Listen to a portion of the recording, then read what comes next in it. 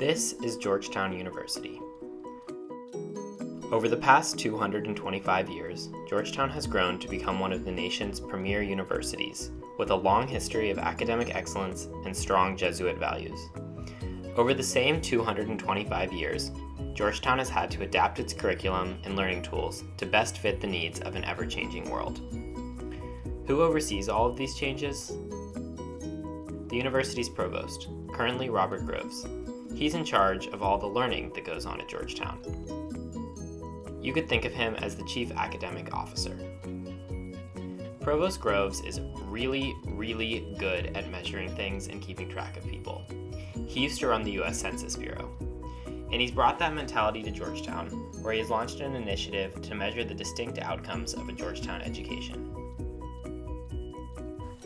This video will examine the underlying rationale and feasibility of these outcomes, which we can think of as university-wide goals. In particular, I will argue that Georgetown's desired learning outcomes are based off of the assumption that all students have equal access to curricular and co-curricular learning experiences, which leads to unintended inequality and incomplete accomplishment of the university's organizational goals. The conceptual tools from Monica Krause's The Good Project will help us to better understand this argument. Let's start by looking at how these desired learning outcomes were developed. Due in part to the recent economic crisis, there has been a great focus on what the return on investment, or ROI, is for higher education. In practice, this has usually translated into measuring monetary outcomes of a university education, such as the income of the first job post-graduation. These things are generally easy to measure. But, according to Provost Groves, the nub of the problem concerns the definition of desired outcomes. Shortly after coming on as provost, he explained in a speech, "As part of the formation by design process, there's a group that has been working on the non-monetized outcomes of higher education that we think we value at Georgetown. They're attempting to identify the key outcomes consistent with the Jesuit values of cura personalis, the magis, and other aspects that motivate what goes on at Georgetown." Fast forward 2 years, and they've done it. The FXD researchers have come up with 5 formational outcomes, each to be understood as a cluster of skills, knowledge, and abilities. They're calling these the magis measures, after the Latin word for more or better, often used by the Jesuits to describe an internal journey that brings new discoveries. Achievement of the 5 goals is only possible if students engage with Georgetown beyond the traditional classroom experience. Yet these 5 goals should be realizable by every Georgetown student before they graduate. And here's the problem.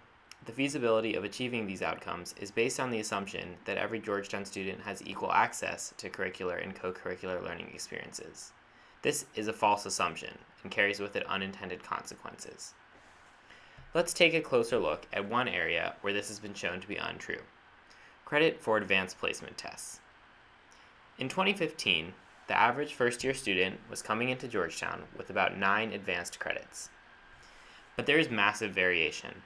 The standard deviation is 8.6 credits, 30% of students come in with no credit, and the top 25% of students had 15 or more credits from AP tests.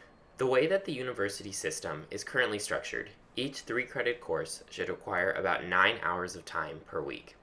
So, let's say that we have 2 students who both want to pursue an internship that requires 10 hours of time per week. A student without AP credit may feel like they don't have the time on top of 5 classes. On the other hand, a student with AP credit may be able to take only 4 classes that semester and use the freed up 9 hours to pursue the internship. You can see how this could add up and lead to significant inequality. Thus, entering with advanced credits allows many students to more easily pursue co-curricular experiences that don't offer credit, yet do offer significant learning opportunity and facilitate the achievement of the 5 magis measures.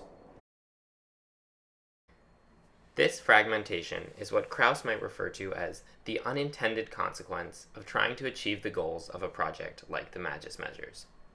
So, how do we realize these learning outcomes and address this inequality? Enter Randy Bass. Dr. Bass is an educational scholar and pedagogical innovator. When the university was searching for a new vice provost for education to lead the Formation by Design initiative, His previous work made him the obvious choice. Dr. Bass runs the Red House. The Red House is quite literally a tiny red townhouse across the street from Lau. But, more importantly, the Red House designs new curricular methods to award credit to experiences that help it to achieve formation, but which normally would only be considered non-credit-bearing aspects of the co-curriculum. For example, the new entrepreneurship minor includes a 3-credit practicum course where students actually work at a local startup every week. Here's how the Red House works.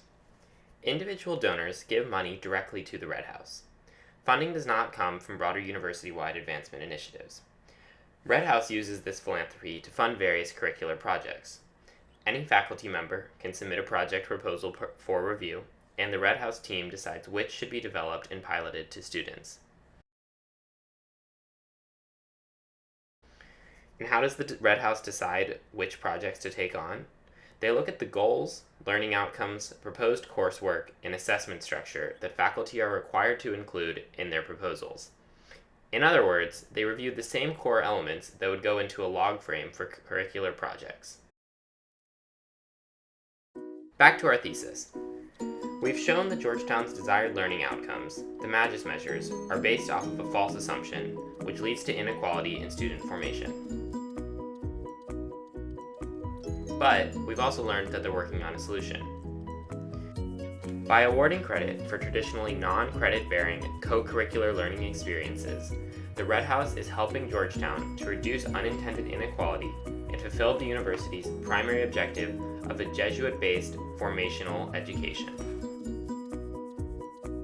That's all. Thanks for watching.